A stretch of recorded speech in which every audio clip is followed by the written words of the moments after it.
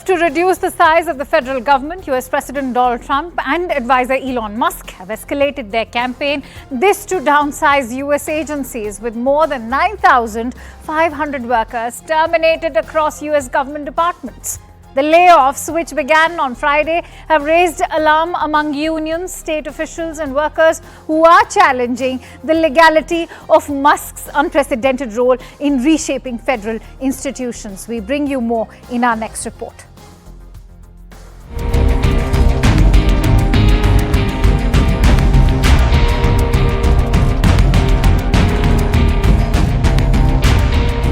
A government efficiency plan led by the world's richest man, a wave of mass layoffs across federal agencies, and a legal battle that could reshape the way American government functions.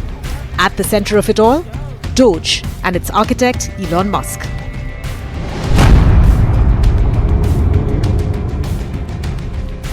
DOGE, which is short for the Department of Government Efficiency, was created through an executive order signed by President Donald Trump. But it's not an official government agency. It's an advisory body run by Musk and a team of tech professionals embedded across federal departments to root out waste and inefficiency.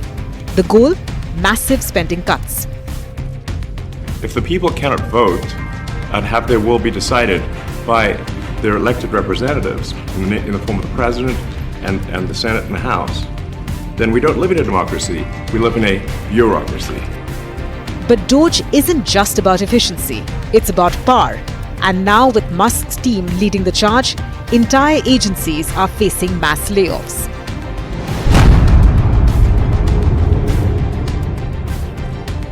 From the Department of Energy to Veterans Affairs and the Consumer Protection Bureau to the Department of Education, DOGE has overseen the termination of thousands of federal employees. The administration claims it's necessary to cut costs. Critics call it a direct attack on government workers. For anyone who's wondering, these jobs are not Republican jobs or Democratic jobs, they're American jobs.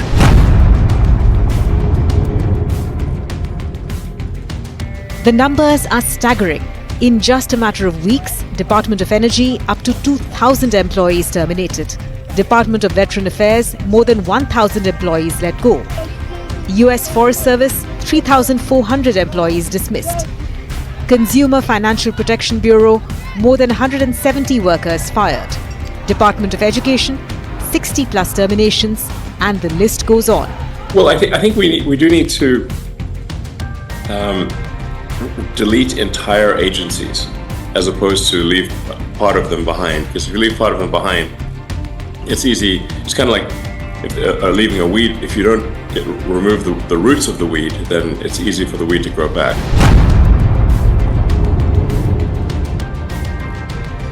But is DOGE even legal? Critics say it's Musk's hostile takeover of the government. Multiple state attorney generals have now filed lawsuits calling DOGE unconstitutional and a threat to democracy. No one elected Elon Musk and his minions, and no one has allowed him to have access to this information. This is a violation of the separation of powers. This is the largest data breach in American history. We're talking about Social Security numbers. We're talking about banking information. We're talking about addresses, biometric information, states and payment information, routing numbers, bank accounts. All of this puts all of us at risk. Adding fuel to fire, allegations of conflicts of interest. Critics point out that Musk's own companies like Tesla and SpaceX have lucrative government contracts. And now with DOGE, he's influencing which agencies stay and which get axed.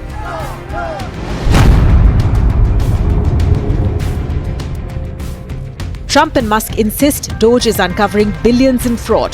They point to spending on diversity and climate initiatives as proof of waste. But experts say their claims are misleading. Despite court challenges and public outrage, DOGE is still operating. Layoffs continue. Legal battles are escalating. It's the public sector, especially. All right, and speaking